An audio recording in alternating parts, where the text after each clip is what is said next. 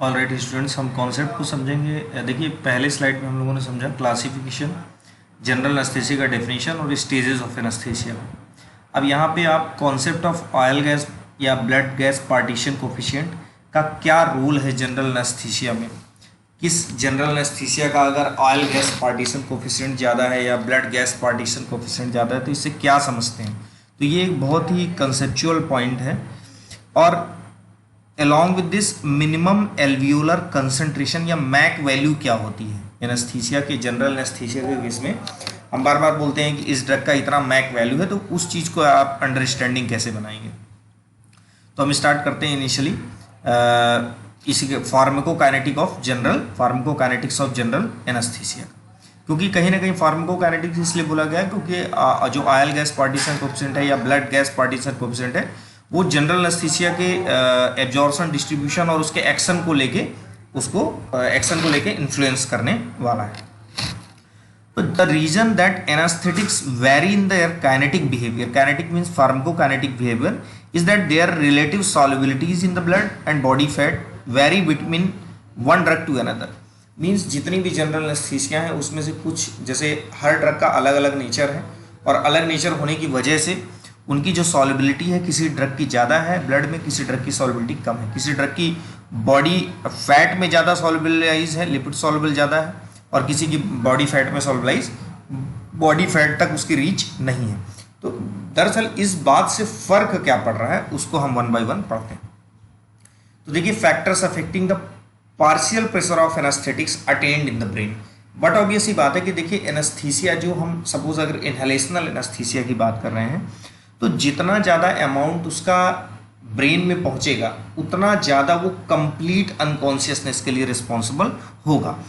तो बेसिकली जैसे partial pressure of anaesthetic in the inspired gas, number one factor क्या depend कर रहा है कि जिस मिक्सचर को आप इनहेल्ड कर रहे हैं, मीन्स जनरल एनेस्थीसिया का जो मिक्सचर है उसमें जनरल एनेस्थीसिया का कंसंट्रेशन डिपेंडेंट, मीन्स कंसंट्रेशन ज़्यादा होगा तो उसका एनेस्थेटिक इफेक्ट भी ज़्यादा होगा।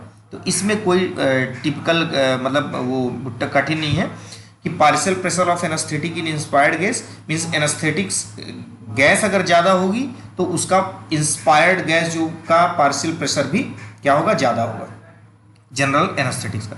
तो proportional to its concentration in the inspired gas mixture, thus induction can be hastened, induction को बढ़ाया जा सकता है by administering the general anaesthesia at high concentration in the beginning.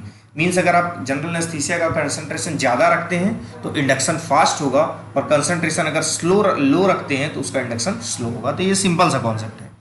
Pulmonary ventilation, देखिए पल्मोनरी वेंटिलेशन या नॉर्मल ब्रीदिंग इसको बोलेंगे। देखिए, अगर ब्रीदिंग प्रॉपर है तो जो वेंटिलेशन के थ्रू या आप इनहेल्ड कर रहे हैं एनेस्थीसिया उसकी भी डिलीवरी अच्छे से होगी इन द एल्वियोलाई या इन द लंग्स। तो आप बोल सकते हैं कि पल्मोनरी वेंटिलेशन में it governs delivery of general anaesthesia to the alveoli. अब हम बात करते हैं basically blood gas partition coefficient की। तो देखिए, आपको बच्चों ये कॉन्सेप्ट रखना है इसमें कि अगर ब्लड गैस पार्टीशन कोएफिशिएंट लिखा है तो सबसे पहला पॉइंट लेना है लाइक ब्लड। अब जैसे ऑयल गैस पार्टीशन कोएफिशिएंट है तो इसमें पहला पॉइंट लेना है ऑयल। तो मीन्स अगर मैं बोलता हूँ कि कोई ड्रग का ब्लड गैस पार्टीशन कोएफिशिएंट ज़्यादा है, इट मीन्स वो किस में डिसॉल्व होगी, ब्लड में। अगर मैं बोलता हूँ कोई ड्रग का ऑयल गैस पार्टीशन कोएफिशिएंट ज़्यादा है, इट मीन्स कहाँ डिसॉल्व होगी, वो फैट। तो देखिए, इससे आपका क्या है, अगर किसी ड्रग का ब्लड गैस पार्टीशन कोएफिशिएंट है इट मीन्स वो वेस्कुलर कंपार्टमेंट में ज़्यादा रहने वाली है, क्योंकि उसकी सॉल्युबिलिटी कहाँ पे ज़्यादा है, ब्लड में ज़्यादा है। अब भाई जनरल एनेस्थीसिया के लिए आप चाहोगे कि उसको वो डीपरी ऑर्गन मतलब इनर टिश्यूज में जाए, इनर ऑर्गन तक डीपर टिश्यूज में जाए, तो आप ये कभी भी नहीं चाहेंगे कि उसकी सॉल्युबिलिटी ब्लड में ज़्यादा हो, राइट। क्योंकि ब्लड में अगर ज़्यादा होगी तो वो ब्लड में तो रिटेन करेगी लेकिन वो ट्रांसफर होकर डीपर टिश्यूज में नहीं जाएगी, तो कंप्लीट जो है अनकॉन्शियसनेस नहीं होने वाला, राइट। तो ब्लड गैस पार्टीशन कोएफिशिएंट में आप बोलते हैं कि it is determined by solubility of an agent in the blood, it determines the speed of onset and recovery of an anaesthetic drug. अब अगर स्पीड ऑफ ऑनसेट किसी drug का बहुत मतलब जो उसका एक्शन है, speed of onset and recovery of anaesthetic drug को blood gas partition coefficient decide करता है। जैसे अगर किसी ड्रग का ग्रेटर है means blood gas partition coefficient ज़्यादा है, मीन्स उसकी सॉल्बिलिटी ब्लड में ज़्यादा है, तो lesser is the speed of onset and recovery and vice versa. तो उसकी रिकवरी भी क्या होगी, लेस होगी। ऑनसेट ऑफ एक्शन जो एनेस्थीसिया का इंडक्शन है वो भी क्या होगा, लेस होगा।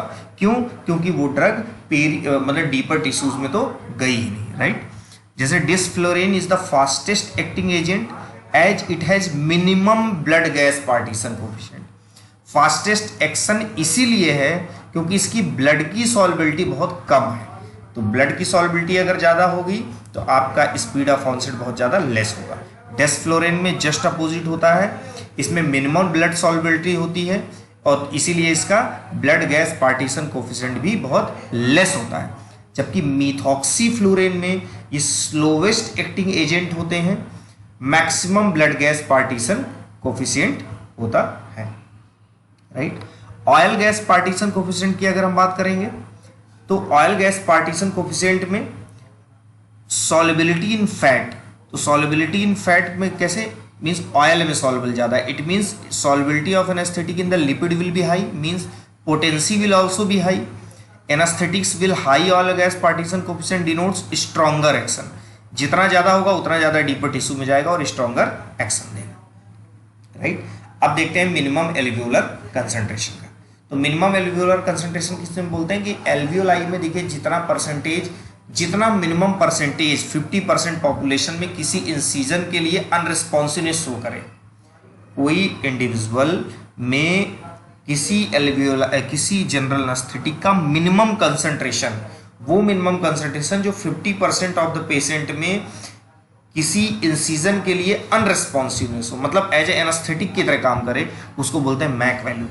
It is the minimum concentration of an inhalational agent required in the alveoli to produce unresponsiveness to the skin incision in 50% of the patient। तो बेसिकली ये क्या दिखा रहा है कि जितना कम होगा उतना ज्यादा एक्शन होगा, it means it is the measure of potency of an agent. Greater the MAC value lesser is potency, अगर किसी की मैक वैल्यू बहुत ज्यादा है तो उसकी पोटेंसी बहुत कम होगी। जैसे नाइट्रस ऑक्साइड में हम देखते हैं कि इसकी मैक वैल्यू होती है 104%। Even with the pure 100% nitrous oxide alone we can not get complete anaesthesia, इसीलिए हम नाइट्रस ऑक्साइड को कंप्लीट एनेस्थेटिक एजेंट नहीं मानते हैं, हम इसको मिक्सचर के रूप में और भी एनेस्थेटिक एजेंट ऐड करके देते हैं। Methoxyflurane is the most potent agent having least MAC, सबसे कम मैक किसका होता है, मिथॉक्सीफ्लोरेन का, और यही वजह होती है कि यह सबसे पोटेंट जनरल एनेस्थेटिक्स होती है।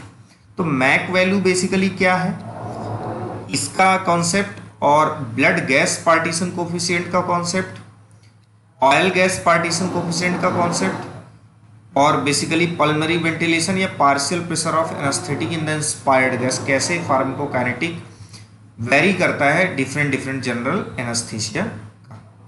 तो इसके अंडरस्टैंडिंग आप बेटर बना पाएंगे। Thank you very much.